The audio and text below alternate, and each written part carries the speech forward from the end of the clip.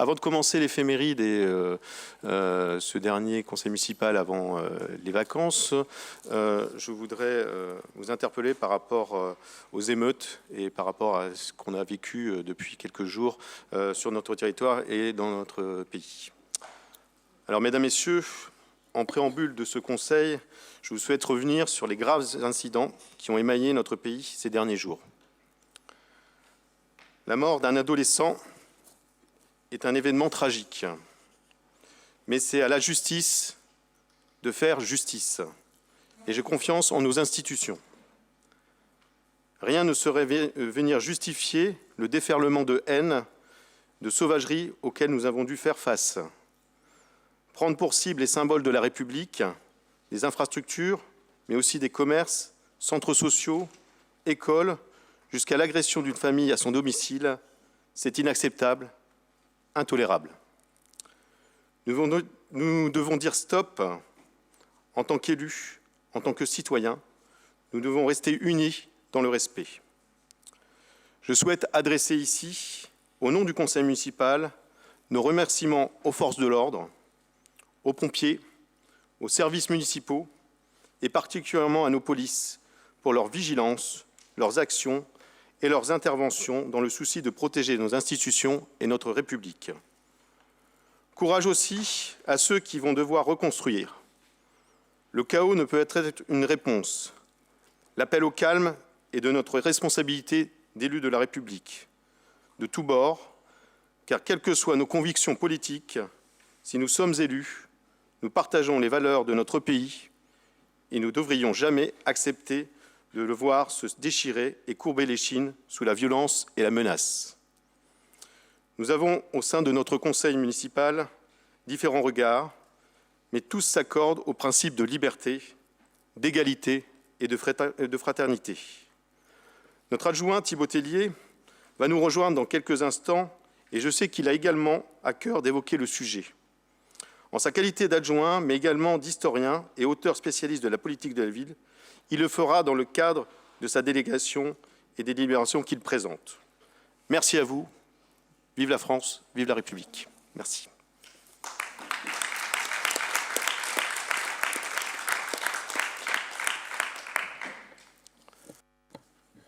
Je vais m'adresser à Monsieur Jean Moutuel pour faire l'appel. Avec plaisir, merci. Rodrigue Desmet. Antonio da Silva donne procuration à Rodrigue Desmet. Madame Chantal Nice.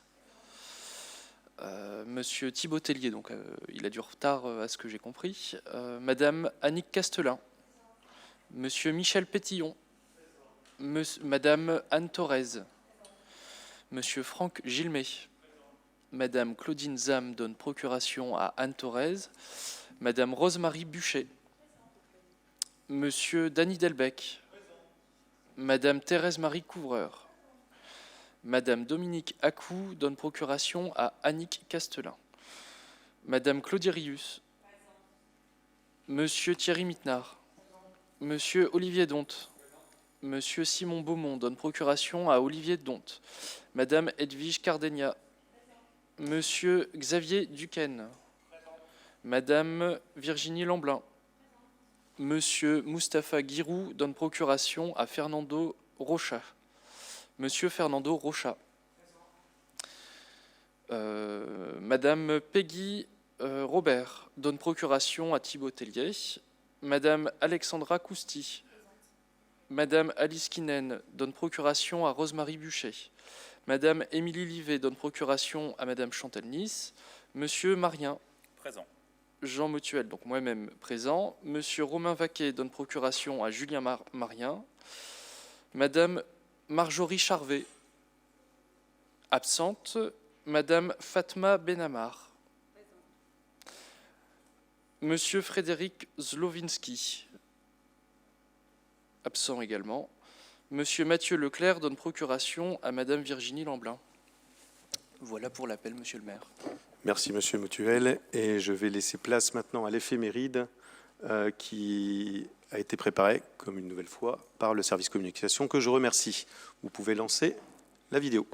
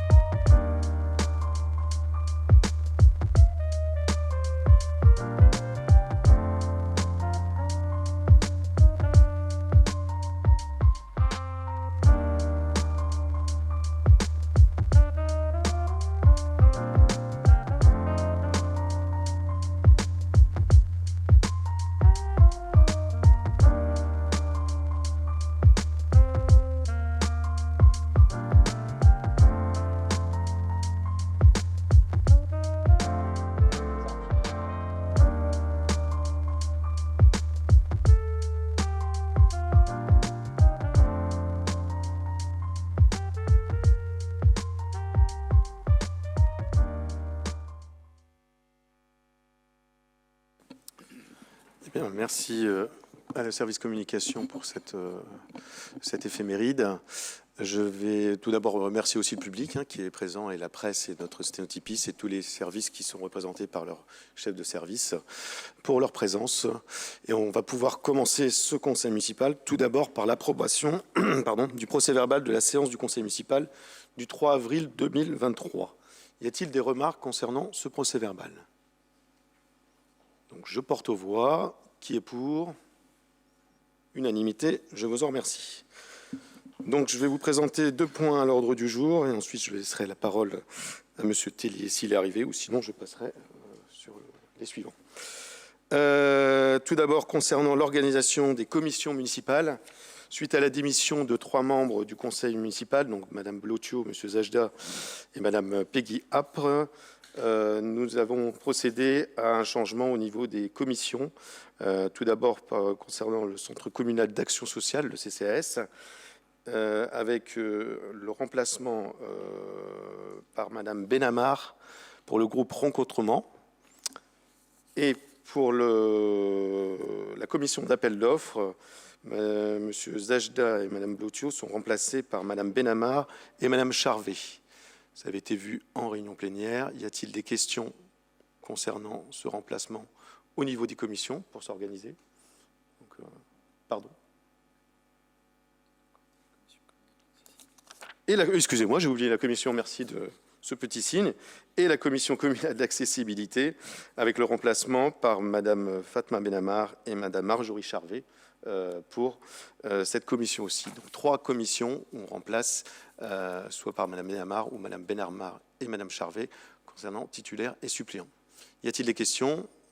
Je porte aux voix. Qui est pour? Unanimité, je vous en remercie. Deuxième délibération concernant le référent déontologue des élus. Vous savez que nous avons fait, comme d'autres communes de la Melle, souscrit à une demande, je dirais, d'un déontologue au niveau métropolitain. Et aujourd'hui, il vous est demandé de pouvoir signer la convention pour avoir ce déontologue. Pour les conditions, la durée de la désignation, c'est 3 ans renouvelables une fois. Les conditions requises, c'est de ne pas être élu, ni agent de la Melle ou l'une des communes membres, ne pas être placé dans une situation de conflit d'intérêts, répondre pleinement aux critères de désignation en qualité de référent déontologue de l'élu local, tel que défini par le décret susvisé.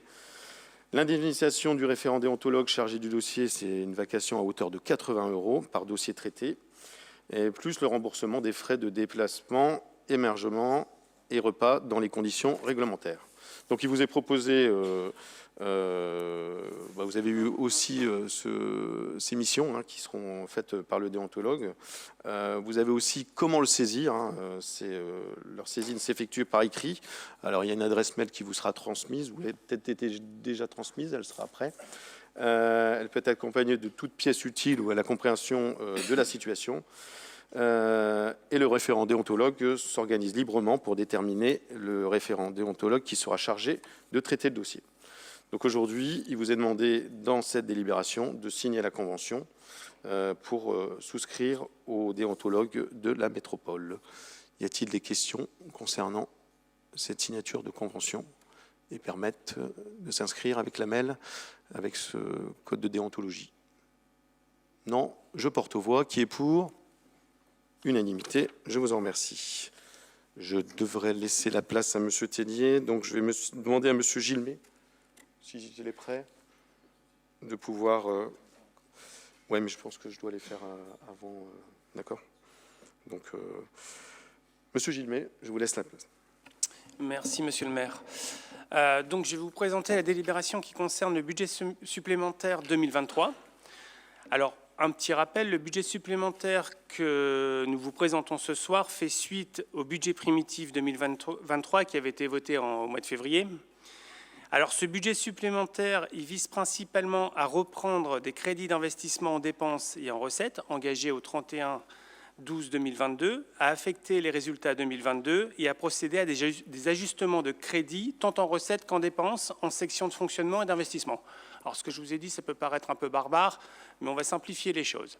Donc, tout d'abord, on va commencer par le budget de fonctionnement et on va regarder... Alors, je pense qu'il y avait une autre présentation qui va arriver. Donc, très schématiquement, on commence toujours par le budget de fonctionnement et après, je vous expliquerai le budget d'investissement. Donc là, c'est ce que je viens de vous dire sur le slide qu'on vous présente. On va vous montrer par la suite un autre petit tableau.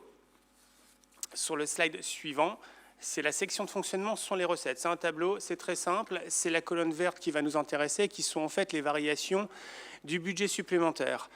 Vous pouvez voir que celui-ci s'équilibre à hauteur de 822 650 €, c'est le chiffre du bas. Et vous voyez que sur la première ligne, affectation du résultat, vous avez un montant qui est quasiment le total des 822 000 €. C'est 667 461 €.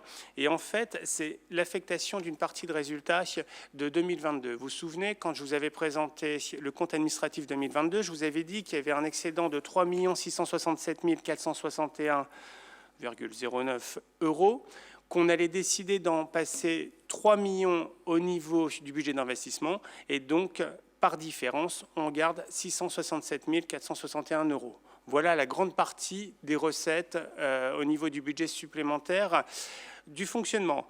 Ensuite, on a le chapitre 70. Dedans, ce qui est important, c'est la mise à disposition du personnel facturé au budget annexe du cinéma de 25 000 €, qui vous sera présenté par la suite. On peut retenir aussi sur le chapitre 731, c'est les produits de la fiscalité locale, plus 88 000 €. C'est la taxe intérieure sur la consommation finale d'électricité. Et enfin, je donnerai comme détail l'augmentation des dotations et participations. C'est le petit groupe de chiffres qui s'élève à 32 583,71 €. On vous a mis le détail, c'est toujours intéressant, mais je ne vais pas aller plus loin. On va quand même retenir que le principal, et on le voit sur le slide suivant, c'est que l'ajustement au niveau des recettes, donc les 822 650 €, c'est des crédits à hauteur de 155 188,91 €, comme 189,91 € comme je viens de vous présenter, et les fameux 667 461 € de résultats. Maintenant, voyons les dépenses. On vous présente le même tableau que pour les recettes. Vous voyez la colonne verte. Dans la colonne verte, elle s'équilibre bien entendu du même montant que les recettes à 822 850 €. Moi, je vous dis, on va aller tout de suite au petit chiffre du bas, qui est le virement à la section d'investissement. En fait, c'est l'autofinancement supplémentaire qu'on va mettre au budget supplémentaire. Donc déjà, sur les 822 000 €, vous avez 650 000 € d'autofinancement, ce qui nous permet d'équilibrer et qui vient en partie de ce que je viens de vous montrer en placement de résultats sur les recettes, qui était le choix qu'on avait fait. Ensuite, dans le détail des dépenses, on va augmenter le chapitre 11. Donc, le détail qui vient s'additionner à l'autofinancement s'élève à 172 650 €. Dedans, vous allez retrouver principalement le chapitre 11, qui est l'augmentation des charges à caractère général. Alors, vous avez 50 000 € pour le marché de la restauration. C'est un impact de l'inflation, puis un impact aussi du nombre de repas, qui est plus important que ce qu'on avait budgété. Ce qui est un point positif, ce qui veut dire que la cuisine est bonne. Ensuite, on a l'étude et aménagement du site Coubronne pour 30 000 € et divers ajustements pour 38 920 €. Après, on a le chapitre 12 et on retrouve les 25 000 € du budget annexe qu'on avait au niveau des recettes, puisque ça concerne le cinéma et ça vous sera présenté par la suite. Enfin, on va terminer par le chapitre 65 à hauteur de 28 730 €. Dedans, on va trouver l'ajustement de l'enveloppe des subventions aux associations, plus 10 000 € et subventions du budget annexe aussi du cinéma, plus 13 000 €. Donc, en résumé, le budget du fonctionnement, il est impacté en recettes par l'affectation du résultat et, bien entendu, ce qui nous permet de dégager sur la partie des dépenses un autofinancement qu'on va retrouver dans le budget d'investissement. Voilà pour la partie du fonctionnement. C'est le résumé de ce que je viens de vous dire. Les crédits, 172 000 en dépenses et le virement à la section d'investissement, 650 000 €. Maintenant, voyons la section, le budget d'investissement. donc c'est un petit rappel, hein, c'est l'ensemble des recettes et des dépenses à caractère ponctuel, opérations menées par la ville à moyen et long terme. Donc, sur toute la partie investissement, alors, si vous vous souvenez, quand on a voté le budget, je vous avais expliqué qu'on avait un emprunt d'équilibre qui était à hauteur de 2 900 000 euros. C'était un emprunt fictif, c'est-à-dire c'est une écriture qu'on passe et on savait très bien, puisque le résultat 2022 était à hauteur de 3 667 000, qu'on allait pouvoir mettre 3 millions au niveau du budget d'investissement en recettes, ce qui permet d'annuler les 2 900 000 d'emprunt d'équilibre qui était une écriture fictive. Ça, c'est la première grosse opération que vous avez au niveau des recettes. Ensuite, je vous avais expliqué aussi, c'est qu'un budget d'investissement, lorsque vous le finissez en fin d'année, donc là c'était 2022, vous dégagez ou pas un excédent. Pour le coup, nous on dégageait un excédent d'une valeur de 634 261 euros. Vous le retrouvez au niveau du chiffre. Mais on avait aussi, dans notre budget d'investissement, des restes à réaliser. C'est-à-dire qu'ils n'avaient pas été encore faits en 2022, mais fléchés sur 2022, c'est-à-dire des recettes qui devaient arriver, et donc qui vont arriver. Et donc la somme des deux, si vous faites les restes à réaliser 2022 au niveau recettes, plus la reprise de l'excédent de financement, on est à 1 223 000. Donc ça, c'est quelque chose qu'on vient additionner. Bon, je vous le dis tout de suite, ce n'est pas du plus, puisque derrière, on avait des dépenses aussi à réaliser qu'on va voir quand je vous présenterai les dépenses, qui sont l'équivalent de ces deux sommes-là. Mais le tout s'équilibre. Après, on a passé d'autres ajustements. Les nouvelles notifications de subventions pour 92 985,72 €. Donc on avait du département 60 000 euros, de la MEL 32 000 euros. Alors 60 000 euros pour les jardins familiaux et 32 000 euros pour l'équipement de télétravail. Donc on continue toujours le travail à essayer d'accompagner nos investissements par des subventions. Et là, on voit qu'on en a deux nouvelles qui s'inscrivent et c'est vraiment très bien et positif dans l'équilibre budgétaire. Ensuite, les recettes, elles vont augmenter de nos fameux 650 000 euros d'autofinancement qu'on a vu juste auparavant dans le fonctionnement. Donc là, vous les retrouvez ici. Et après, on va avoir deux gros ajustements derrière, mais qui sont, je dirais, couverts par l'autofinancement. Tout d'abord, le fonds de compensation de TVA d'investissement qui baisse de 107 000 euros. Et ensuite, les produits de cession qui baissent de 520 000 euros. C'est simplement le décalage de la vente du terrain du Bolenfour à l'école Saint-Roch sur l'exercice 2024. C'est qu'un décalage. Et comme le budget, entre guillemets, on l'avait fait de façon équilibrée et de façon prévenante, il y a aucun problème et on ne va pas recourir à l'emprunt pour pouvoir faire nos équilibres. Tout fonctionne. Donc je vous résume, on a les 3 millions de résultats pour annuler l'emprunt d'équilibre, on a les restes à réaliser et l'excédent de 2022 qui après, de toute façon, font l'équilibre des charges qu'on devait encore réaliser sur 2022, des ajustements, un autofinancement de 650 000 euros et derrière, une cession qui est déplacée. Voilà pour la partie recette de l'investissement. Maintenant, voyons les dépenses de l'investissement. Je vous ai dit, on a les restes à réaliser de dépenses qui sont à hauteur de 1 299 708 € qui viennent en contrepartie des 1 223 000 € que j'avais additionnés tout à l'heure. Donc ça, c'est équilibré. On n'en parle plus. Après, on a quelques ajustements, comme les immobilisations incorporelles.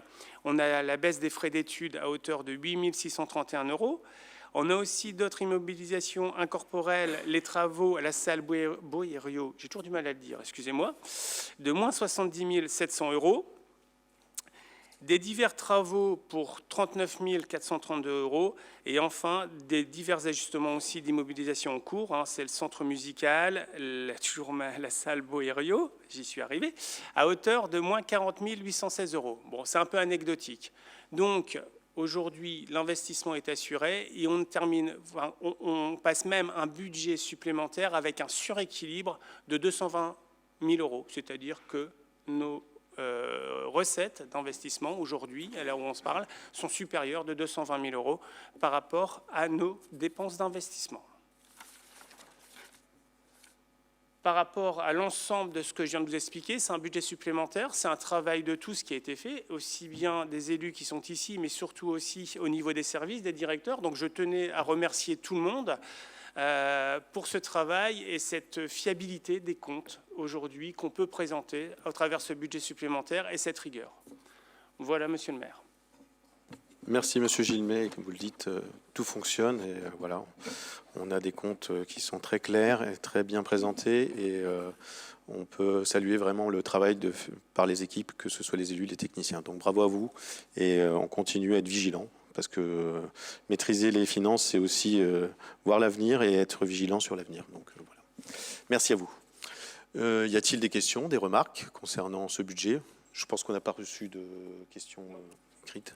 Donc, pas de remarques. Je porte aux voix. Qui est pour?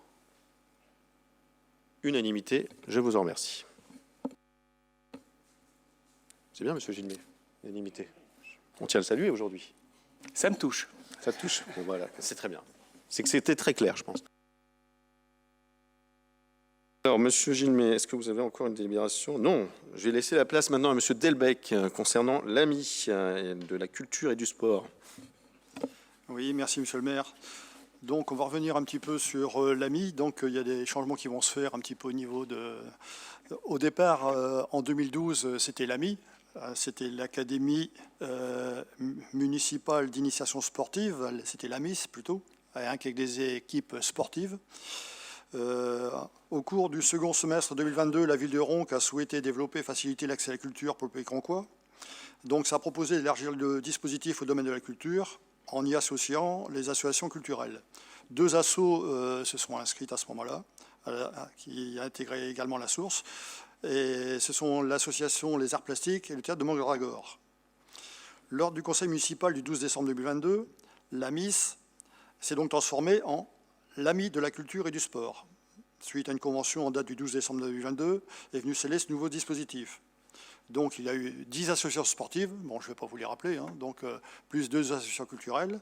Il faut savoir que comme ça fonctionne assez bien, ce dispositif bien sûr a été reconduit pour 2023-2024. Mais 2 associations culturelles supplémentaires ont manifesté l'intérêt d'intégrer le dispositif. Il s'agit des associations L'Équipe Propos et Ronques d'Elbruck. Il convient dès à présent de les intégrer dans la nouvelle convention et de fixer le préfinancement de ces clubs et ces associations partenaires, sur le même principe que la participation financière des autres associations. Donc je ne vais peut-être pas revenir sur les tarifs horaires, vous les avez sur les tableaux.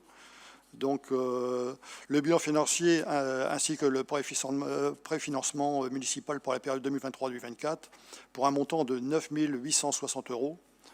Donc par rapport à l'année précédente où c'était d'un montant de 8 570 €. Donc avec ces 2 assos qui viennent se greffer, donc ça fait un peu de dépenses supplémentaires pour le... voilà. Au terme de... voilà, c'est pour vous prononcer sur cette validation des comptes définitifs. Merci, monsieur Delbecq. Y a-t-il des questions? Je tiens à saluer quand même le travail qui est fait, hein, cette ouverture vers la culture, parce que c'est une belle démarche. Et c'est vrai qu'Antonio n'est pas là aujourd'hui, mais il présentait les chiffres aussi. On a une certaine régularité sur le sport et je pense que ça va bien prendre aussi avec la culture. Donc merci à vous et merci de bien suivre, j'irai, cet ami. Pas de questions. Je porte aux voix. Qui est pour? Unanimité. Je vous en remercie. Je vais prendre les délibérations de M. Da Silva et ensuite je laisserai la parole à M. Tellier pour présenter et le temps de s'installer aussi. Donc, alors, tout d'abord, concernant la première délibération que M. Da Silva devait présenter, c'est concernant le 3e versement des subventions municipales pour 2023. On a déjà eu 2 versements d'un premier acompte et d'un deuxième acompte. Donc, c'était 46 800 pour le premier acompte, 78 074 pour le deuxième acompte, avec une consolidation des comptes aussi. Là, il vous est proposé, vous avez eu la liste aussi, elle s'affiche devant vous, de faire un 3e versement pour la somme de 18 200 € avec les différentes associations qui sont notées sur les tableaux qui vous sont présentés. Voilà. voyez la colonne, pas l'avant-dernière, la 5e colonne, où on a la liste des associations qui ont cette subvention et ce 3e versement. Y a-t-il des questions concernant ce 3e versement des subventions? Non. Je porte aux voix. Qui est pour? Unanimité. Je vous en remercie. Et 2e délibération de M. Da Silva concernant l'utilisation des salles de sport et de la convention à signer avec le collège privé. Donc là aussi, on a parlé de cette convention sur la nécessité de renouveler cet accord pour les années 2023, 2024, 2024, 2025 et 2025, 2026. Donc ces 3 années scolaires, base de la tarification, c'est le nombre d'heures et le tarif horaire, soit pour 2022-2023, 13 € par heure. Donc aujourd'hui, on vous demande de m'autoriser à signer la nouvelle convention pluriannuelle et les actes additionnels par rapport à cette convention sur l'occupation des salles par le collège privé. Y a-t-il des questions? Non. Je porte aux voix. Qui est pour? Unanimité. Je vous en remercie. Monsieur Tellier, tout d'abord, ravi de vous voir arriver. Je sais que c'est un peu compliqué, il faut répondre à toutes les sollicitations. Je vais vous laisser la parole, j'irai sur la délibération 1.03, 1.04 et 1.05. Nous avons évoqué les émeutes en introduction de ce conseil. Je sais que vous alliez prendre la parole là-dessus. Comme tu veux, tu peux faire le texte. Bien. Merci, monsieur le maire. Désolé effectivement pour ce retard, période un peu compliquée. En accord avec monsieur le maire, je voulais effectivement vous lire un texte qui dit ceci. Les temps de crise graves comme celle que nous traversons actuellement doivent aussi être des moments d'introspection nationale. Comment en sommes-nous arrivés là? Telle est la question que nous devons nous poser collectivement, élus, responsables, associatifs, mais aussi simples citoyens. Les signaux d'alerte n'ont pourtant pas manqué ces dernières années. Les incivilités ne cessent de croître, les comportements de violence jusqu'au cours de nos écoles ne font qu'augmenter. Des élus sont pris à partie parce qu'ils entendent tout simplement faire respecter la loi. Mais ne nous y trompons pas. Si ces actes délictueux ont pris des proportions vertigineuses, en particulier dans des villes qui possèdent des quartiers d'habitat social denses, la tendance est en fait nationale. Contrairement à 2005, de très nombreuses villes, épargnées jusqu'ici par les phénomènes de bandes d'émeutiers, ont été touchées, à l'exemple d'Halluin, la ville voisine. Devant cette situation qui nous menace toutes et tous, nous nous devons plus que jamais de réaffirmer les valeurs de notre démocratie, celle-là même que nous avons très certainement laissée trop souvent foulée aux pieds par une minorité qui s'affranchit de toutes les lois. Dans ce travail de reconquête républicaine, car c'est bien de cela dont il s'agit, l'école doit y trouver toute sa place.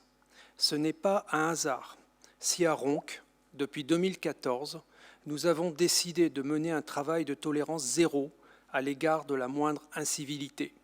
Cela mobilise les élus et nos services au quotidien, mais c'est indispensable. L'école républicaine doit redevenir le lieu des apprentissages fondamentaux, mais aussi du respect des règles de vie en collectivité. De la même manière, la culture dans nos villes a un rôle essentiel dans la diffusion des idées et des débats. Si le hall de la source s'appelle désormais Samuel Paty, c'est que nous avons aussi voulu rappeler que l'obscurantisme, la violence n'a pas sa place chez nous et qu'au contraire, c'est bien le débat dans le respect de l'autre qui doit l'emporter.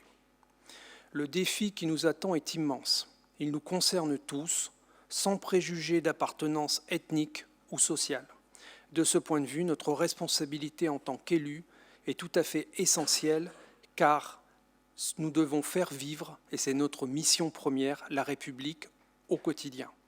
Les grands chefs de la Troisième République, comme Léon Gambetta, Jules Ferry, Georges Clemenceau, l'avaient bien compris.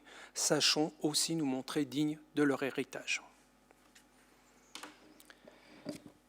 Je vais donc effectivement maintenant vous présenter la première délibération qui concerne donc la municipalisation du cinéma Gérard Philippe. Je ne vais pas revenir, je pense, sauf si évidemment il y a des questions précises sur le processus donc, qui nous a effectivement amené à cet aboutissement. Il s'agit ici d'une délibération technique, puisqu'il s'agit effectivement donc de la reprise d'activité et du personnel. L'idée étant effectivement que nous puissions donc intégrer dans nos effectifs municipaux les 2 postes qui sont afférents au cinéma Gérard Philippe. Et pour ma part, en tant qu'adjoint à la culture, j'en suis tout à fait ravi. Voilà, donc c'est cette délibération que nous vous proposons d'approuver, qui donc fait intégrer dans notre personnel municipal les 2 personnes. Merci, Monsieur Tellier, et merci pour ces propos qui engagent votre délégation aussi, et toutes nos délégations, notre représentation au sein de ce conseil municipal. Concernant cette délibération, je trouve que voilà, c'est la suite logique de cette municipalisation du cinéma, et voilà, je vous invite à la voter, et on a hâte d'être à la rentrée pour voir un petit peu ce que vous nous concoctez, je dirais, dans ce cinéma pour permettre aux adhérents et aux personnes qui y allaient régulièrement de retrouver leur cinéma, mais aussi d'avoir d'autres propositions. Y a-t-il des questions sur cette première délibération concernant le cinéma Gérard Philippe? Pas de questions, je porte aux voix. Qui est pour? Unanimité, je vous en remercie. La deuxième délibération, c'est la 104. Non, excusez-moi. Si, concernant le budget primitif. J'ai vu budget, j'ai pensé tout de suite à Monsieur Gilmet, mais c'est concernant le cinéma. Merci, Monsieur le maire. Donc effectivement, il s'agit d'une deuxième délibération relativement technique, puisque désormais nous allons effectivement entrer dans un processus technique, puisque notamment la billetterie va donc être désormais assumée sur une régie municipale. Et donc l'idée ici, c'est donc de vous proposer le budget, on va l'appeler comme ça, budget annexe Ciné Gérard Philippe, donc il va venir s'intégrer dans le budget primitif 2023. Bon, comme vous le verrez, il est à l'équilibre. Bon, simplement, n'étant pas, contrairement à M. Gilmet, un homme de chiffres, je ne vais pas développer, sauf s'il y a des questions techniques sur ces aspects-là. Simplement, ce que je voudrais rappeler, c'est que, évidemment, derrière ces chiffres, c'est aussi la possibilité pour le cinéma Gérard Philippe de pouvoir se développer. C'est-à-dire que là, je pense qu'il faut rappeler, mais je pense que nous en sommes tous conscientes et conscientes, que le budget, c'est aussi un choix. C'est aussi un engagement politique qu'a pris la municipalité de Ronques en faveur du cinéma. Je rappellerai juste d'un mot, et ça fera évidemment écho à ce que je disais tout à l'heure, c'est que nous avons voulu évidemment maintenir la qualité cinématographique de la source, enfin du cinéma Gérard Philippe dans la source depuis maintenant des années. Ce que nous voulons apporter en plus, c'est effectivement notamment des débats, parce qu'on a besoin, je pense, d'espaces de débat dans lesquels, effectivement, on ne s'invective pas, mais dans lesquels on débat, dans lesquels on échange des idées. Et donc, c'est pour ça qu'il y a cette partie aussi documentaire, c'est-à-dire qu'apporter ce surplus, c'est aussi un acte de citoyenneté que d'apporter des réflexions sur des questions aussi importantes que la transition écologique ou la guerre quand même qui est pas très loin de chez nous, puisque le premier documentaire se fera précisément en septembre sur Mariupol, ce qui était pour nous aussi une entrée en matière tout à fait symbolique. Voilà, donc je reviens à mon budget pour dire qu'effectivement, moi je remercie à la fois, j'en profite pour remercier tout à la fois les techniciens qui m'ont assisté insisté sur ce dossier parce que c'était un dossier assez complexe et je veux en particulier ici saluer Sébastien Suon parce que c'est un grand travail. Hein. On est parti d'assez loin parce que c'était pas évident cette transition et moi je suis vraiment heureux qu'en ce 3 juillet 2023, eh bien, on puisse tous ensemble se féliciter de cet heureux aboutissement avec un budget, je le répète, qui va nous permettre effectivement, eh bien, tout simplement de fonctionner sereinement et encore une fois d'offrir à des tarifs qui restent très mesurés des prestations de qualité au plan cinématographique. Merci pour cette présentation budgétaire. Je ne te connaissais pas dans ce dispositif et ce giron-là, mais voilà, c'est aussi ça. Et comme tu le dis, hein, ça va nous permettre de fonctionner et de proposer de belles choses. Donc, y a-t-il des questions concernant ce budget pour le cinéma? Non, je porte aux voix. Qui est pour? Unanimité. Je vous en remercie. Et dernier point, Monsieur Tellier, vous avez la multiplication du cinéma, toujours du cinéma avec la tarification, parce qu'il faut mettre en place une tarification aussi. Voilà, donc c'est évidemment la suite logique de ce qui vient d'être présenté, puisque l'une de nos missions a été aussi évidemment de revisiter les tarifs pour le cinéma. Donc notre point de vue, je l'avais déjà exprimé ici même, notre point de vue, c'était de dire effectivement, il faut à la fois être réaliste, hein, c'est-à-dire qu'effectivement, moi, je vous invite à regarder un peu les tarifs qui peuvent être pratiqués, notamment dans un certain nombre de cinémas commerciaux dans la métropole lilloise.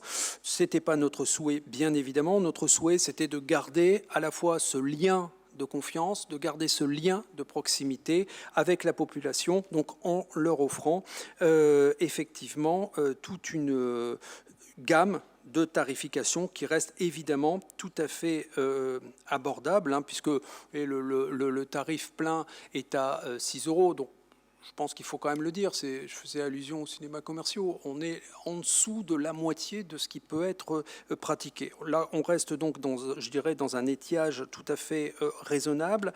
Et donc, vous verrez qu'il y a une ligne, évidemment, qui a été ajoutée aux différents tarifs qui sont proposés. Donc, c'est le tarif rendez-vous cinéma. Donc, ça fait écho, effectivement, aux prestations que nous organiserons donc en supplément de la programmation hebdomadaire. Merci, Monsieur Tellier. Y a-t-il des questions sur cette tarification qui nous permettra de la commencer dès septembre? Non. Je porte aux voix. Qui est pour? Unanimité. Je vous en remercie.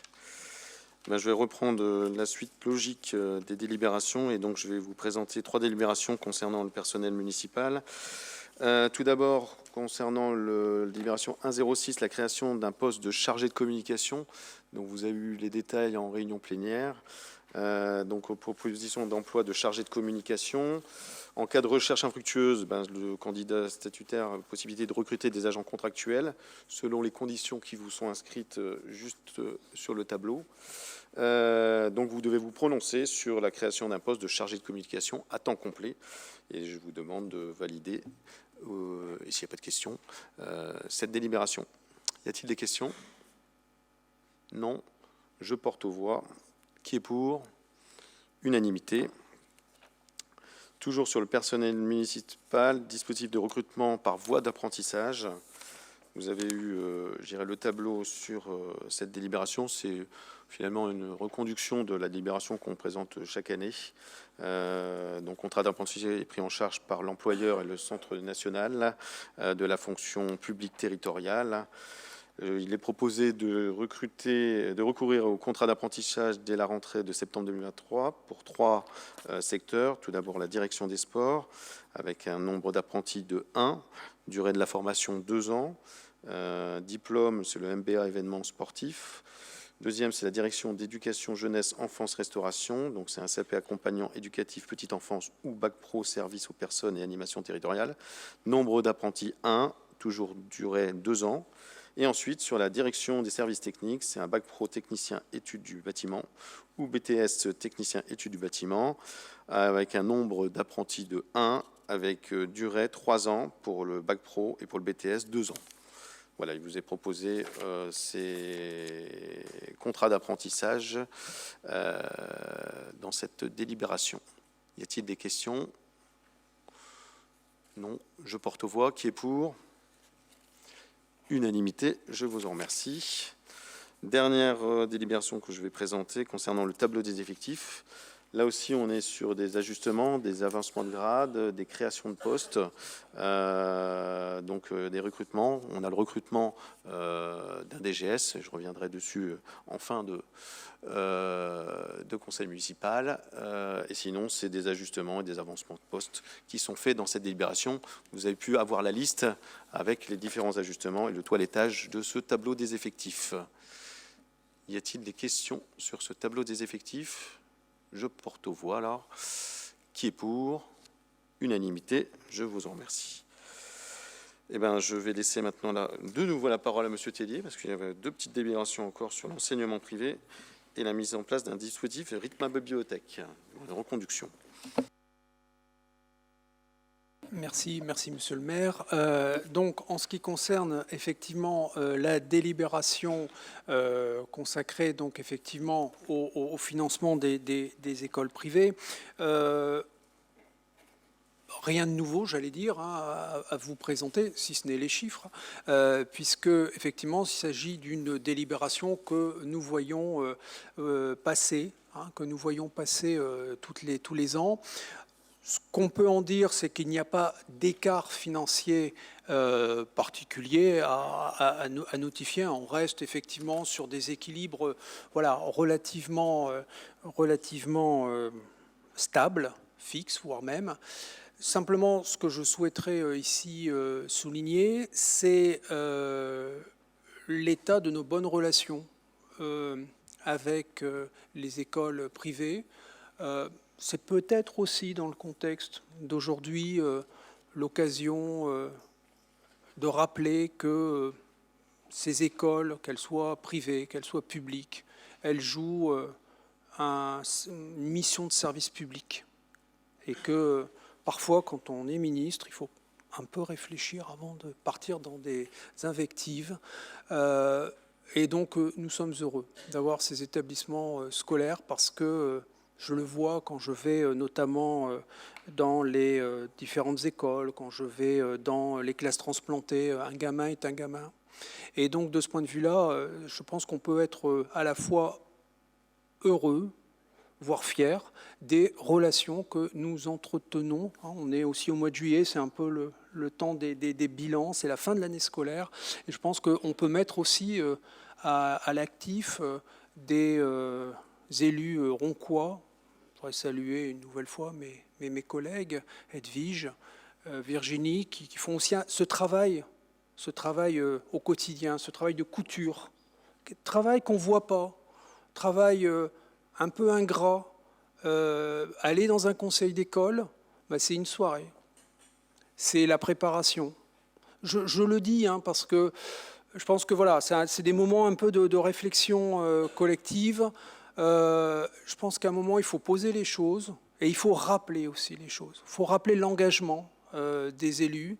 Aller à un conseil d'école, c'est 2 heures, voire 3 heures, c'est lister un certain nombre de choses, mais c'est ça qui fait la vie en commun. Et donc, de ce point de vue-là, le lien, je dirais, de confiance que nous avons tissé avec les écoles, encore une fois, qu'elles soient privées, qu'elles soient publiques, eh bien, c'est aussi un gage de réussite. Et ce que j'observe, parce que j'ai la délégation maintenant depuis quelques années, eh bien, c'est que autant dans les premières années, il y avait encore des réflexions, des échanges un peu compliqués. Thierry, tu t'en souviens, Mustapha aussi, toujours un peu compliqué.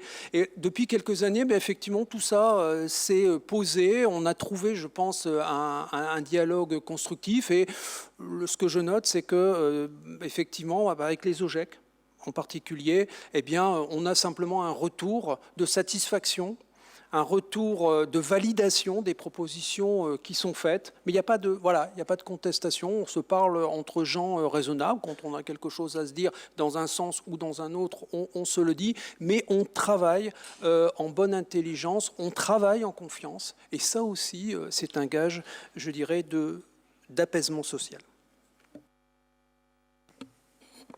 Merci, monsieur Tellier. Je partage pleinement, je dirais, cette volonté de dire à un enfant, qu'il soit dans le privé ou dans le public, voilà, c'est le même enfant.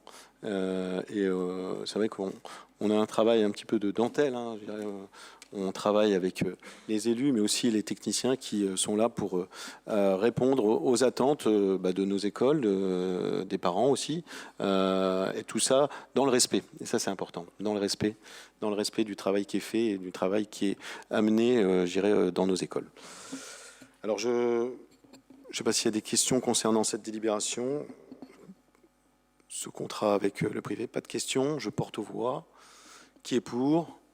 Unanimité, je vous en remercie. Et dernier point, monsieur Tellier, concernant rythme ma bibliothèque. Merci, monsieur le maire. Donc effectivement, là aussi, une délibération qui peut apparaître technique, puisqu'il s'agit effectivement de continuer à valider, enfin de reconduire, un dispositif qui s'appelle Rythme ma bibliothèque et qui donc permet à la ville de Ronques de pouvoir bénéficier d'une subvention métropolitaine, et c'est ça qui nous permet effectivement d'avoir l'amplitude horaire de la source telle qu'elle fonctionne aujourd'hui. Et donc, si vous me permettez, monsieur le maire, je vais aussi me permettre de continuer un peu ce que je vous dis sur d'autres délibérations. Derrière cette délibération technique, il y a aussi un sens politique. C'est-à-dire qu'on peut y voir effectivement une délibération qui va nous permettre de garder nos services ouverts plus longtemps. Mais derrière, il y a un sens effectivement politique qu'il faut rappeler. Il faut aussi rappeler que la source, ça a été un engagement fort de l'équipe municipale, que le fait d'ouvrir le dimanche n'est pas anodin, que d'ouvrir en soirée n'est pas quelque chose d'anodin. Et il faut rappeler aussi le caractère positif. Moi, je suis quand même un peu surpris, effectivement, ce week-end. Première question à chaque fois qu'on me pose, c'est pourquoi ça va si mal? Mais j'ai envie de dire, oui, mais il y a aussi des choses qui vont bien. Et que donc, effectivement, on voit bien qu'on a des crispations, mais en même temps, il y a aussi cette France qui avance, qui fait des projets, etc. Le fait de pouvoir accueillir des adolescents, de pouvoir accueillir des étudiants à la source le dimanche, et ils viennent. On n'en était pas sûr. Au début, quand on s'est posé la question, on s'était demandé est-ce qu'ils vont venir. Et oui, ils viennent. Voilà, ils viennent. Mais là aussi, ils viennent selon des règles. Selon des règles. Ça veut dire très clairement qu'ici aussi, il n'y a pas d'incivilité. Ça veut dire qu'on ne sort pas son portable dans la salle, etc. Et Sébastien Suant m'a très récemment encore soumis un certain nombre de propositions pour rappeler qu'effectivement, ce n'est pas un lieu où on peut faire tout et n'importe quoi. C'est ça, au fond, la clé de la réussite. C'est à la fois offrir des conditions d'accueil optimales dans un lieu qui, évidemment, est un lieu, je dirais, d'excellence, mais il se fait aussi selon des règles. Et quand on s'écarte des règles, oui, la sanction, elle peut tomber. Je ne veux pas ici dévoiler de surprise, mais parfois on est aussi un peu surpris, je dirais, par les auteurs d'incivilité, y compris en termes d'âge. Voilà. Donc, là aussi, on met des règles, on fait ce qu'il faut, mais on reste bien dans un cadre qui, finalement, permet à chacun de vivre à côté de son voisin. Donc voilà la délibération qui va donc effectivement nous permettre, grâce à cette subvention de la métropole, de continuer à faire vivre cet endroit au-delà, je dirais, d'heures relativement restreintes. Merci, monsieur Tellier. C'est vrai que certaines règles sont mises en place, mais on peut être fier de ce qu'on apporte, ce lien social et ce lien intergénérationnel qui se fait ici, derrière nous, dans les locaux de la Source, parce que de voir autant, de personnes, de la vie associative, d'étudiants, je pense qu'on n'imaginait même pas qu'on allait avoir une telle réussite, et c'est une belle image. C'est une belle image de notre ville, mais avec le respect des règles. Et comme tu l'as rappelé, aujourd'hui, nos services proposent de mettre en place des choses pour que ces règles soient respectées et que les gens puissent travailler ensemble ou découvrir ce lieu dans de bonnes conditions. Donc, cette délibération permet d'accroître finalement cet équipement et de lui permettre d'évoluer un peu plus. Y a-t-il des questions? Je porte aux voix. Qui est pour? Unanimité. Merci, monsieur Tellier. Monsieur Pétillon, nous allons vous laisser la parole sur 3 délibérations. Allez-y, la 1-15 concernant Pierre Mauroy 2. Oui, merci Monsieur le maire. Tout le monde sait où ça se situe. Ben voilà, on vient de l'afficher. La zone Pierre Mauroy 2. Alors, on discute de vente de terrain par rapport à un document d'urbanisme qui existe, je l'ai déjà rappelé plusieurs fois, depuis 1975. Le premier plan d'occupation des sols de 1975 avait destiné ces terrains, ceux d'à côté également qui sont revenus maintenant en terrain agricole, pour de l'activité ou de l'habitat, ou une mixité entre les deux. Bon. C'est-à-dire qu'il a fallu presque 50 ans avant de réouvrir ce dossier pour respecter ce plan d'occupation des sols de l'époque. Alors, ça s'est fait relativement récemment, puisque en mai 2022, la ville de Ronques et la MEL ont lancé un appel à projet. Pourquoi la ville de Ronques et la MEL? Tout simplement parce que c'était déjà les deux propriétaires de ces terrains. La ville était propriétaire de 6300, de 63 265, c'est-à-dire 6 hectares, 6 hectares 3, et la MEL était propriétaire un tout petit peu plus de terrain, quelques 2-3 000 mètres carrés en plus. Donc, depuis très longtemps, la ville s'était fait, comment dirais-je, interpeller par les services économiques de la MEL notamment, puisque elle aussi, elle a une compétence affirmée dans ce domaine. Et nous avons donc lancé un appel à projet. Cet appel à projet avait reçu à l'époque, on se trouve à peu près dans la même période, au mois de juillet 2022, nous avions reçu 6 candidatures. Après avoir lu les réponses, après avoir discuté avec certains de ces investisseurs, la MEL et la ville de Ronques ont retenu trois entreprises pour le deuxième tour. Et au bout de ce deuxième tour, les copies ont été examinées, étudiées, etc. Et la ville de Ronques, la MEL et la ville de Ronques ont porté le choix sur une des entreprises qui s'appelle Innovax et l'autre entreprise s'appelle Gosto. Ce sont bien 2 entreprises différentes, liées plus par l'amitié qui était née entre ces 2 investisseurs. Alors Innovax, c'est un constructeur de mobilier de jardin. Gosto est plus orienté sur les bureaux. Et ils ont fait une proposition avec deux bâtiments relativement importants, de plus de 3 hectares chacun, et aussi la possibilité dans le sud, on n'a plus la photo aérienne, mais c'est pas grave. Voilà, dans la partie, ce qu'on appelle le Petit Roubaix, que l'on voit sur l'écran, la possibilité d'accueillir 4, voire 5 entreprises roncoises qui avaient également interpellé, je dirais, les candidats en disant « nous, ça nous intéresse ». S'il y a un morceau de terrain en surplus, de venir nous implanter à cet endroit. Ces terrains étaient vendus pour la somme, comment dirais-je, de 70 € le mètre carré, 70 € le mètre carré, alors que l'estimation des domaines était bien en deçà. J'ai plus trop en tête, on est autour de 27-28 €, 23 € le mètre carré. Donc pratiquement près de 3 fois plus, qui est une somme, je dirais, qui a étonné tout le monde, même à la communauté. Les prix, comme l'on dit, ont flambé. Donc ce soir, il s'agit de prendre une décision sur la vente de ces terrains. Donc 70 € le mètre carré, ça nous fait de rentrer, Monsieur Gilmet, de 4 428 550 €. Hein, et tous les frais inhérents sont à la charge de l'acquéreur. C'est pas pour nous. Alors il y a bien sûr quelques conditions suspensives. On pense pouvoir signer l'acte authentique en 2026, c'est-à-dire dans près de 2 ans, 2025, pardon, près de 2 ans, parce qu'il y a toutes des études préliminaires à faire. et des allers-retours et des enquêtes publiques, etc., etc.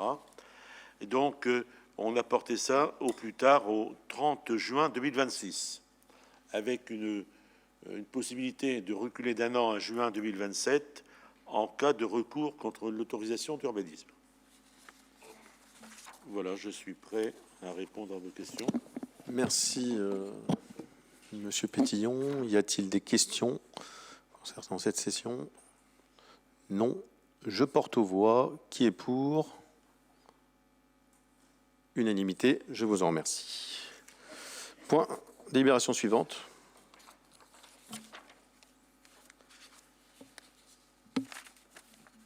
Alors, on est déjà intervenu sur ce secteur du Blanc-Four par 2 fois. Rappelez-vous, mes chers amis, en début d'année, on a pris 2 délibérations. 3 délibérations. Une pour les ophtalmos, puisque vous savez qu'un cabinet, une création, j'aimerais le rappeler, d'un cabinet de 8 ophtalmos. À côté, Biocentre, qui limite un transfert de Biocentre sur le centre qui va vers le Blanc-Four, et une délibération qui a également été prise pour le transfert de l'école Saroc sur le secteur, sur le terrain, un peu plus éloigné du côté de l'allée du cimetière, rue du Bois Blanc, allée du cimetière.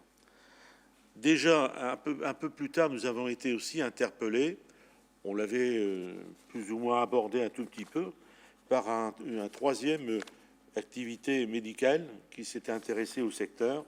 C'est un cabinet d'endocrinologie spécialisé dans le diabète et l'obésité. Il venait là un peu par hasard, mais là, comment dirais-je, le hasard fait parfois bien les faits. La proximité pour eux d'un ophtalmo est une chose importante, parce que vous savez que une corollaire souvent du diabète, c'est la vue. Donc ils sont juste voisins au travers de cet équipement qu'ils vont créer. Vous avez sous les yeux, comment dirais-je, l'architecture de ce bâtiment. C'est un R+1, une architecture de toit, c'était un souhait de la ville, et sur une architecture qui était, comment dirais-je, en harmonie avec les 2 autres à côté, le laboratoire bio et les ophtalmos. Donc on a un ensemble cohérent. Je ne sais pas si on a une autre photo.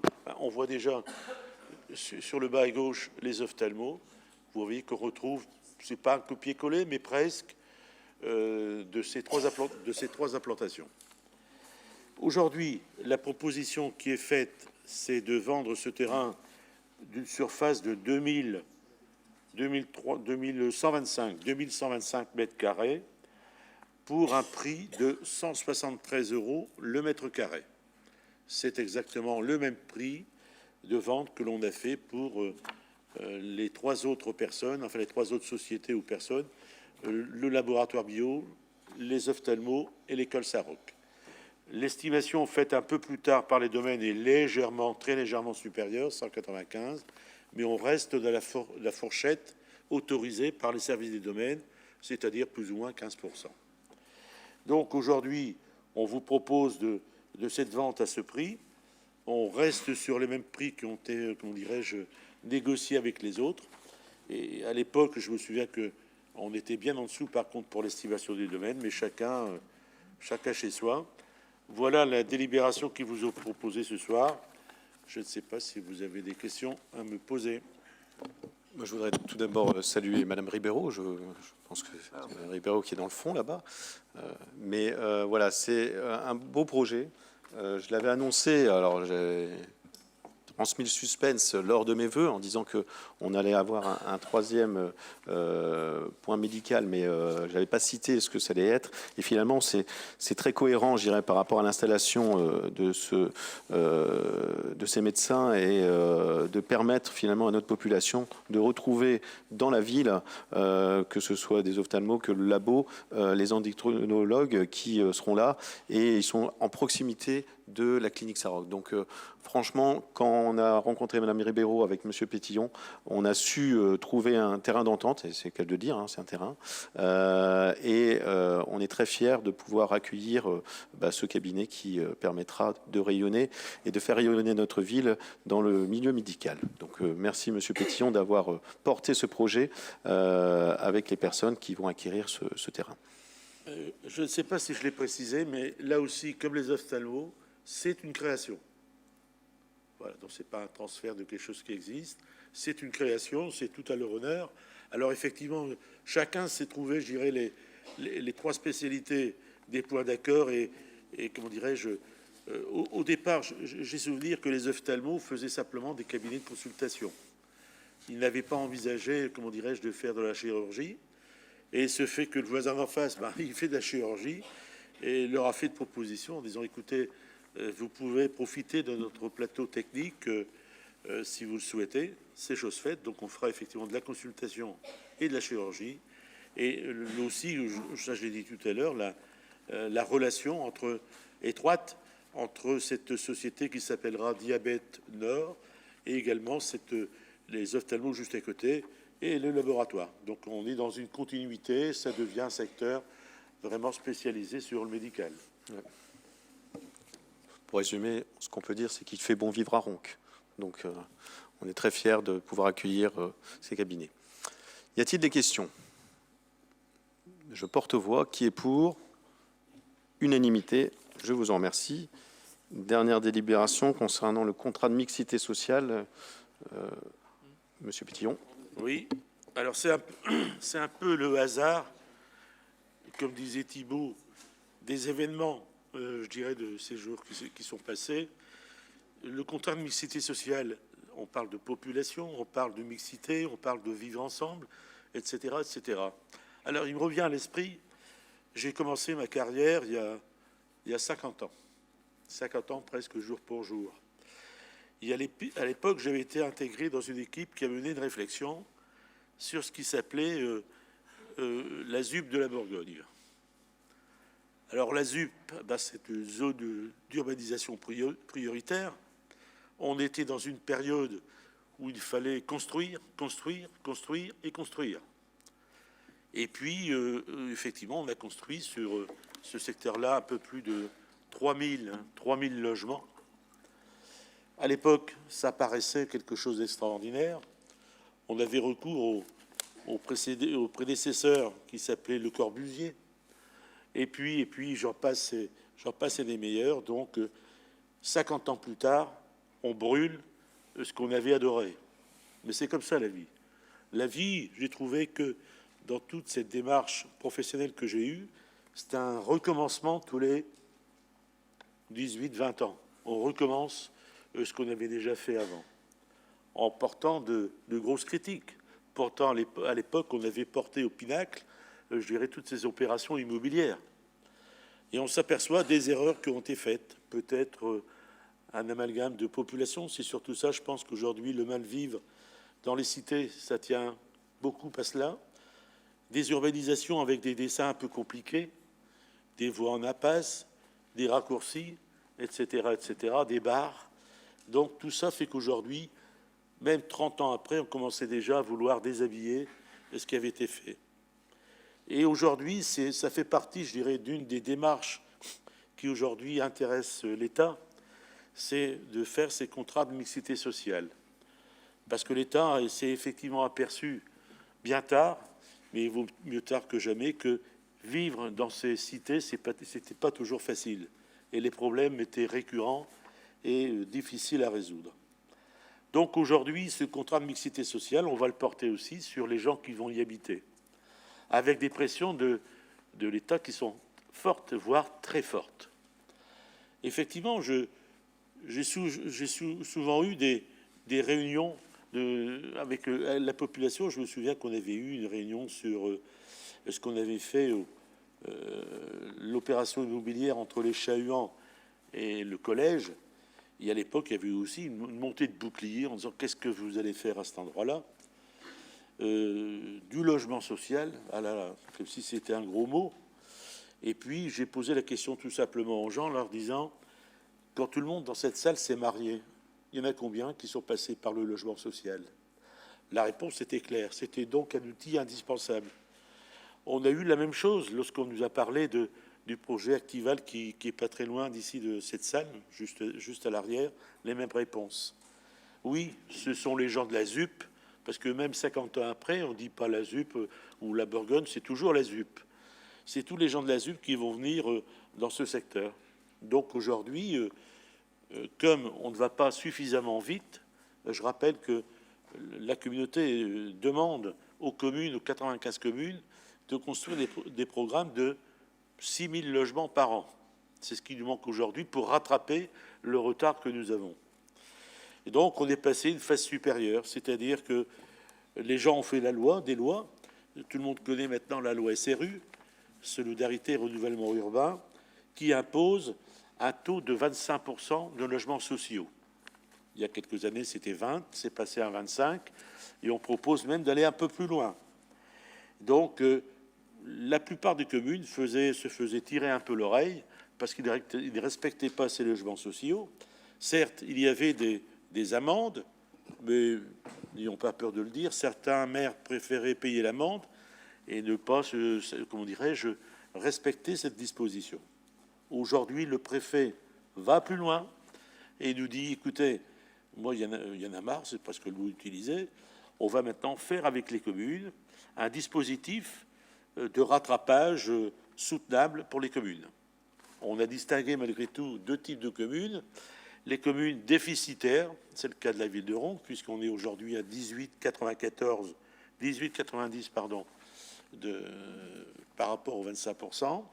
Et les communes, comment dirais-je, carencées, c'est les plus mauvais, ça, qui sont en dessous, aux alentours de 12 à 15%. Donc aujourd'hui, c'est ce contrat que le préfet, l'AMEL et la ville de Ronques vont signer ensemble en définissant sur 3 ans, 2023 à 2025, la programmation dans le secteur par quartier, comment dirais-je, des logements sociaux.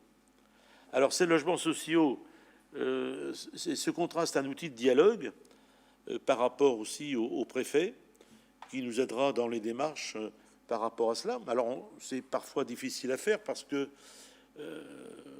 les terrains où on construit des logements sont soit des terrains communaux, soit des terrains privés.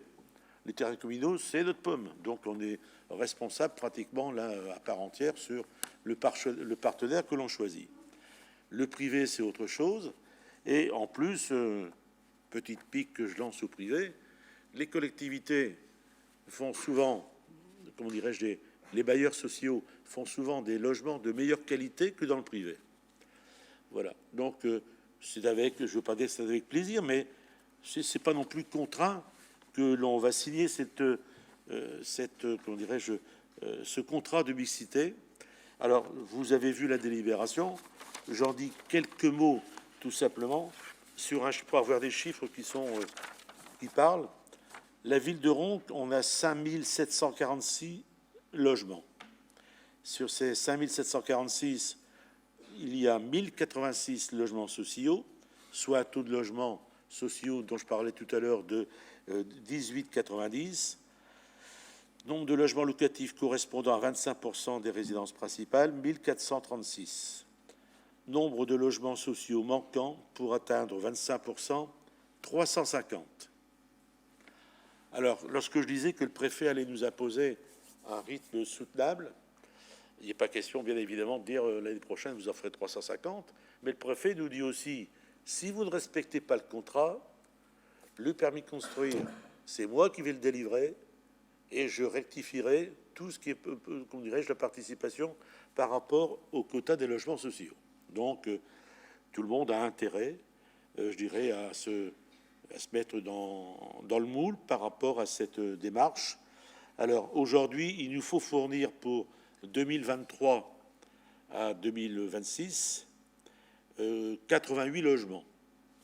Donc, on s'est, comment dirais-je, entretenu avec l'AMEL, avec les services de l'État, pour établir un tableau où nos intentions apparaissent à 88 logements. C'est le tableau que vous avez eu, qui se trouve ici sur la partie droite en bas. Alors, là-dedans, il y a des terrains privés, il y a des terrains communaux. On a un peu mélangé les deux, et puis on n'est pas certain que tout le monde sera au rendez-vous 2026 avec tout le programme que l'on voit affiché, mais on s'est aussi engagé à se voir au minimum une fois par an, plus si c'est nécessaire, pour recaler un peu les opérations, dont certaines peuvent aller plus vite que d'autres. Je m'explique, si un propriétaire que l'on a recensé à l'intérieur n'est pas d'accord avec un promoteur, par exemple, ça prend du retard.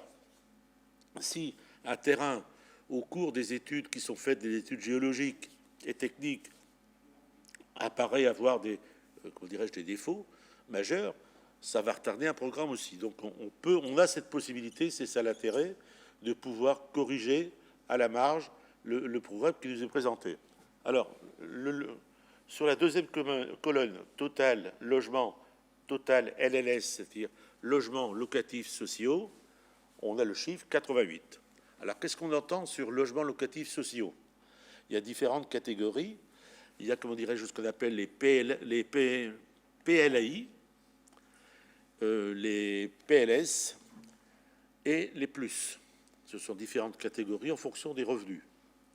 Et pour les atteindre, il y a différents outils. Lorsqu'on le fait, c'est soit du logement locatif social classique que l'on fait depuis des années, soit c'est du logement, comment dirais-je, où les gens deviennent propriétaires au bout d'un certain temps. C'est le PSLA, Programme social locatif d'accession.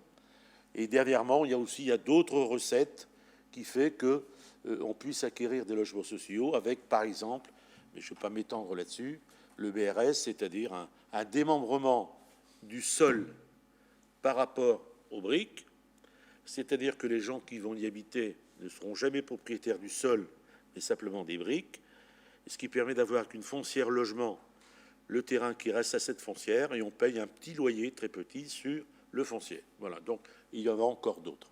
Donc il y a différents outils. Le préfet, certes, nous demande d'être prudent avec l'utilisation de ces derniers, puisque certains, comme le PSLA que nous faisons à Ronc depuis de nombreuses années, à notre satisfaction, je dirais bien, parce que c'était vraiment une démarche pour permettre à des jeunes de pouvoir accéder à la propriété au bout d'un certain temps, 5 ans, maintenant 10 ans, elle ressort de notre côté des logements sociaux. Donc on recule par rapport à cela. Voilà, donc tout ça a été mis sur la table, et aujourd'hui, vous avez le tableau, le site du château de la rue de Tourcoing, la rue Pierre-Brossolette, c'est une école qui est désaffectée, sur laquelle il peut y avoir un programme immobilier. Rue du 8 mai 45, je ne mets pas le nom du propriétaire, c'est un privé, mais on sent que ça bouge en ce moment. La rue latérale, site de la gare, ateliers municipaux. Couvronne, AOP, il n'y a pas de chiffre, parce que là, le temps de réfléchir et de faire toutes les enquêtes nécessaires et la contestation nécessaire, ce ne sera pas pour 2023-2026, où on peut commencer à afficher, ce sera pour la prochaine fois. Billemont, c'est un grand terrain dans la rue du Billemont, là, qui fait 8000 m², privé. Et l'opération Cogédib, c'est peut-être pas encore les titres commerciaux, c'est, comment dirais-je, l'opération Ronc Matériaux à la sortie de Ronc, qui est fermée depuis 2 ans. Voilà. Et tout ça permet d'espérer 88 logements LLS, ce qui correspond aux engagements qu'on doit prendre.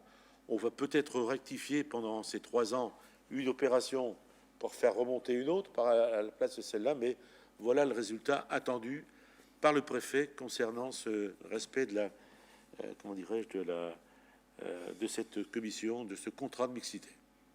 Et là aussi, vous voyez bien l'intérêt de ces contrats de mixité, c'est d'amener des populations différentes, complémentaires à l'intérieur, ce qu'on n'a pas fait sans doute suffisamment lorsque je repense à la ZUP de la Bourgogne, la ZUP de Mons et d'autres dans le secteur. Merci, Monsieur Pétillon. Je tiens à dire que Ronc n'a pas à rougir de ce qu'il a fait, et c'est pour ça qu'on a mis en introduction de ce contrat de mixité sociale un peu toutes les choses qui ont été faites depuis les années, depuis 50 ans, comme tu l'as rappelé historiquement, par rapport à tous les aménagements. On est en pleine discussion avec le préfet. Hein. On a été conviés à une réunion avec d'autres maires pour discuter finalement de ces logements sociaux. On On a eu un bilan sur je dirais le CMS qui avait été voté il y a 3 ans. Le bilan est plutôt positif, quantitativement. On a eu le retour au PV en disant « Oui, vous avez répondu à ce que vous aviez annoncé la fois dernière ». Peut-être que qualitativement, on n'avait pas répondu, mais je pense qu'on l'a fait de façon raisonnable. Et c'est ce que j'ai dit au préfet quand on était en préfecture, c'est que la ville de Ronques ne refuse pas de construire des logements sociaux, mais on veut le faire et on veut préserver aussi notre environnement. Et on le fera petit à petit. Et c'est là où je tiens à saluer les services, les élus qui ont travaillé sur ce contrat de mixité sociale, parce que ça nous permet d'y aller au fur et à mesure et de répondre aux attentes sans avoir une pression qui est grandissante par rapport à la préfecture et pour permettre finalement de répondre et avoir encore la maîtrise sur l'urbanisme et les aménagements qu'on fait sur notre territoire. Donc on continuera à défendre nos valeurs, à défendre notre territoire et faire en sorte qu'on puisse répondre favorablement à ce contrat de mixité sociale. Y a-t-il des questions? Non. Je porte aux voix.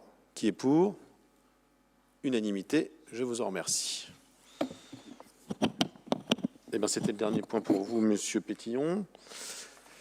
Monsieur Rochat, nous allons parler de trottinettes et de vélos.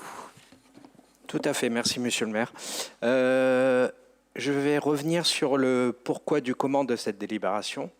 Donc en fait, la métropole européenne de Lille a lancé un appel à manifestation d'intérêt pour mettre en service des trottinettes électriques et des vélos à assistance électrique. Donc de là, 68 communes, comme vous pouvez le voir, ont répondu favorablement, dont la ville de Ronques. Certaines pour les 2 modes, donc trottinette plus vélo à assistance électrique, d'autres pour des vélos à assistance électrique uniquement. De là, 2 prestataires ont été retenus, donc Tierce Mobility et Lime. Et partant de là, nous avons dû définir des aires de stationnement pour ces véhicules. Et donc ces aires de stationnement occupant de l'espace public, nous devons réclamer une redevance des prestataires envers la ville de Ronques. Donc c'est le sujet de la délibération. Et monsieur le maire, si vous me permettez, j'aimerais bien anticiper 2 grandes questions qui peuvent faire peur aux Ronquois. Donc je précise, ce sont des trottinettes électriques géolocalisées. Donc verra-t-on des trottinettes un peu partout sur les trottoirs comme sur Paris? La réponse est non. Ces trottinettes sont géolocalisées. La prise et la dépose de ces trottinettes doivent se faire dans les aires de stationnement. Si elles sont déposées ailleurs que ces aires de stationnement, le compteur de la carte bleue du locataire continue de tourner. Donc ça, c'est la première question. Et la deuxième question, c'est verra-t-on des trottinettes dans des endroits non autorisés, comme des trottoirs, etc. Verra-t-on des trottinettes rouler trop vite sur nos sur nos zones de rencontre? La réponse est non. À partir du moment où les trottinettes sont géolocalisées, les zones interdites à la circulation sont définies et donc la trottinette s'arrête dans ces zones-là. Et c'est des trottinettes qui font 40 kg, donc je pense qu'il va falloir de l'énergie pour les pousser. Et pareil pour les zones de rencontre, la loi stipule que ces trottinettes doivent rouler à 6 km/h dans les zones de rencontre. Et bien là, la trottinette automatiquement passera à 6 km/h dans ces zones-là. Donc voilà, c'était 2 questions que je voulais anticiper et rassurer les Ronquois là-dessus. Merci. Oui, allez-y, monsieur. Et donc la délibération porte à fixer le tarif de la redevance des prestataires à 20 € par véhicule et par an. Merci Monsieur Rochat. Je vais compléter. Alors vous faites les questions, les réponses, c'est bien. Et en même temps, vous avez pu voir que lors du Conseil métropolitain, j'ai interpellé le vice-président en charge de ce dossier pour mettre en place un arrêté sur l'ensemble des villes qui ont souscrit à cette convention, mais aussi sur l'ensemble des villes de la métropole pour accentuer la sécurité.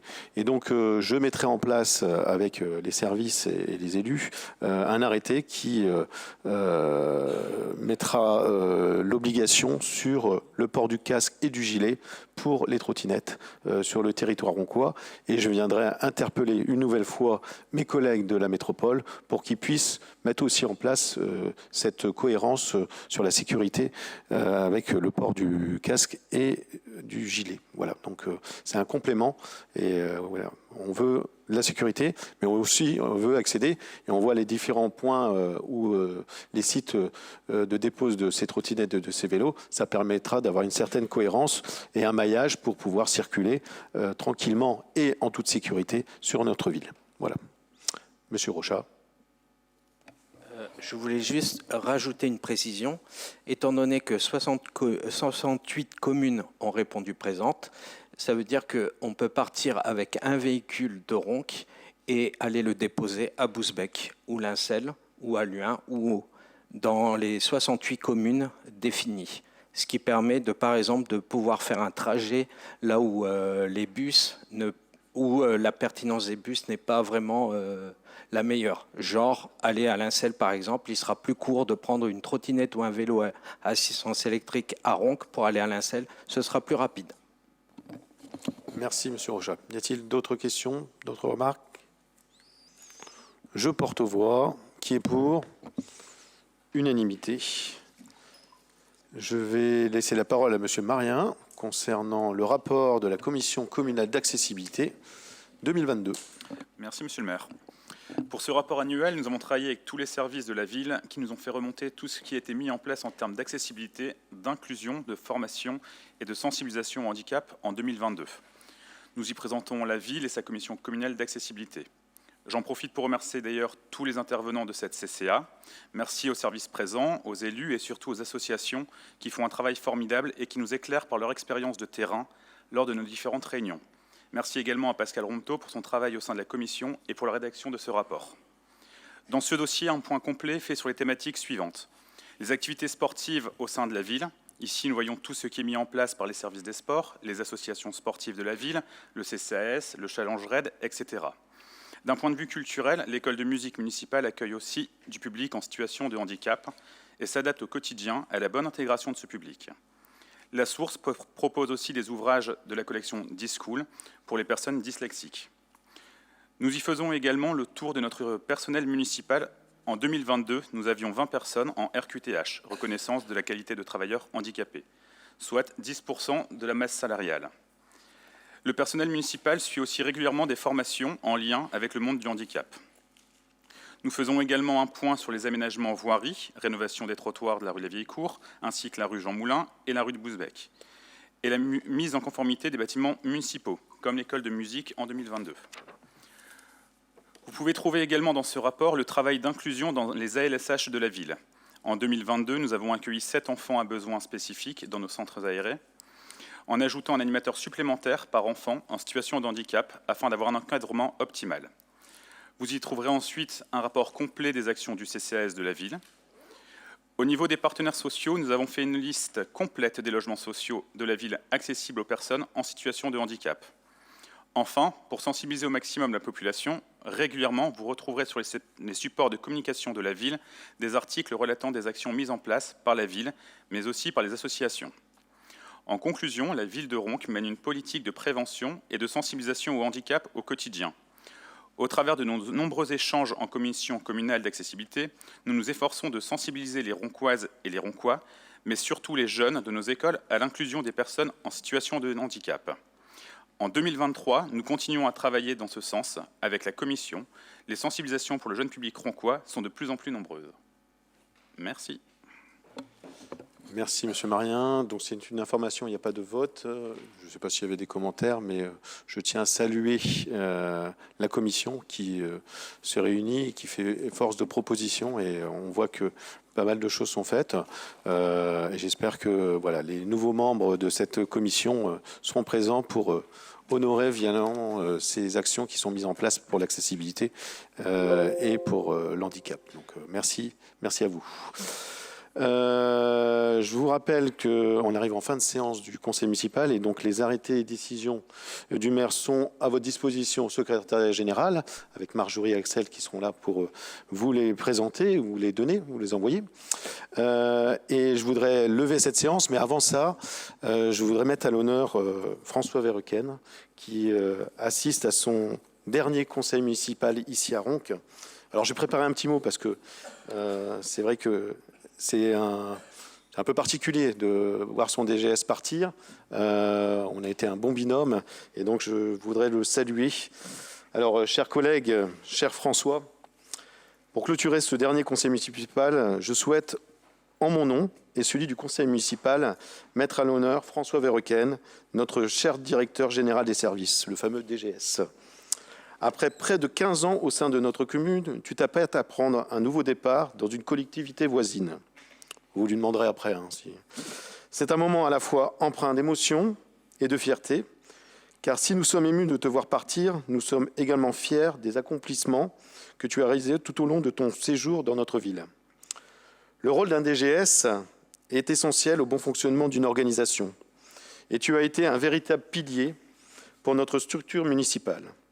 En dirigeant nos équipes avec compétence, dévouement et avec une passion et une exigence souvent contagieuse. Ton expertise et tes analyses ont été inestimables. Et grâce à toi, nous avons atteint nos objectifs, maintenu le cap et surmonté de nombreux défis. Le tandem que tu as pu faire avec Vincent d'abord, que j'excuse, et ensuite avec moi, a montré l'importance du travail en bonne intelligence pour un duo maire et DGS. Je sais que tu apprécieras ce petit clin d'œil footballistique à l'image des clubs anglais que tu supportes.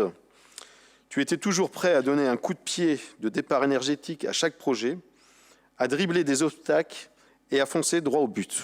Alors, ce n'est pas l'équipe que tu supportes, je sais, mais tu étais un véritable capitaine, tout à la fois meneur, défenseur et gardien de la fonction publique. Ta réactivité et ton hyperactivité ont contribué à démentir toutes les caricatures de la fonction publique territoriale.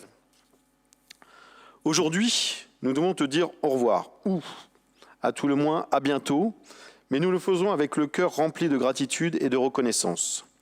Nous savons que cette nouvelle opportunité professionnelle est une étape importante dans ta carrière et nous te souhaitons le meilleur dans tes futurs projets. Nous sommes convaincus que tu continueras à briller et à apporter une contribution très précieuse à ta collectivité. Tes compétences techniques alliées à ton regard politique sont un véritable atout. Et je le dis à ton maire que tu rejoindras au mois de septembre. Nous garderons aussi en mémoire les moments de complicité que nous avons pu avoir, tes talents de graphiste pour mettre en valeur les bancs verts de notre parc. Il sait de quoi je parle.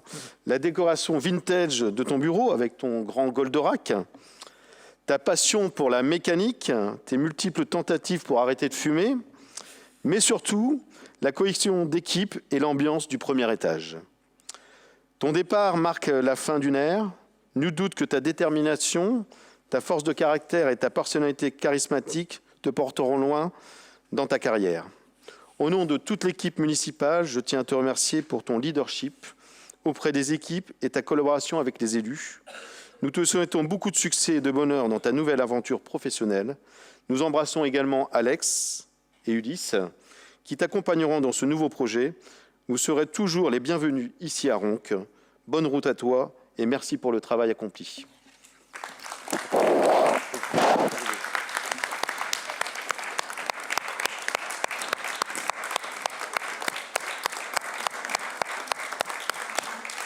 Alors, je vais demander quand même... Je sais qu'il aime bien être mis à l'honneur, François.